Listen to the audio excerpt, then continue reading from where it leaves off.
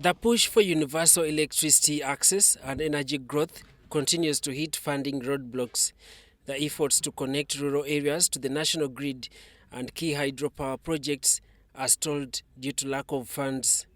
Many of our colleagues are probably not carrying DR forms declaring them as duly elected members of parliament.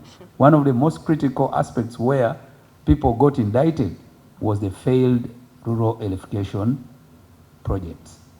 The chairperson of the Parliamentary Committee on Environment and Natural Resources, Herbert Ariko, informed the MPs on the Budget Committee that over 330 billion shillings is needed to tackle the rural electrification backlog as communities remain without power, limiting economic growth. Ariko adds that some contractors are unpaid and projects are stalled. At our end, as Natural Resources Committee, we were able to inform the minister when we interfaced over the BFP that probably the institutions such as REA might have been a better place, because rural electrification is something that is largely driven in a projectized way. It is difficult to run it as a service. It is better run as a projectized activity. About 105 billion is required to fast-track the additional developments on several priority hydropower dams, including Kiba, Anyago, and Oriang, to secure up to 7,396 megawatts of energy. Another area of concern was the water for production infrastructure and irrigation development, which demands 94 billion.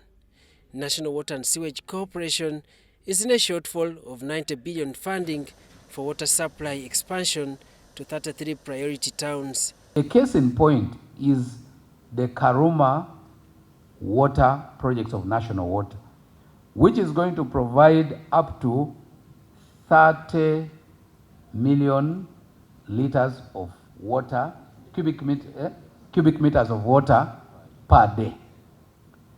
That is a very huge volume of water.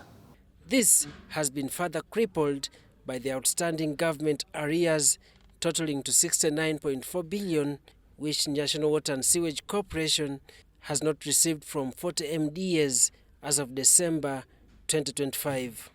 There is also the wicked creditworthiness due to non-payment of bills by government entities. So these are the issues that have curtailed National Water in getting their own funding to help us develop water infrastructure in the country. It is also noted that the National Environment Management Authority, NEMA, requires specialized monitoring equipment and operation of vehicles to ensure environmental compliance as Uganda eyes reaping from the commercial oil production. Mr. Chairman, as we go into commercial oil production, we must also ensure that the regulator on sustainable environmental use is able to safeguard the livelihood of our people. As Parliament resumes this Thursday, funding constraints remain the center of discussion in the fulfillment of the National Development Plan 4 objectives. Daniel Mugoya, UBC News. They did away with the whole good project.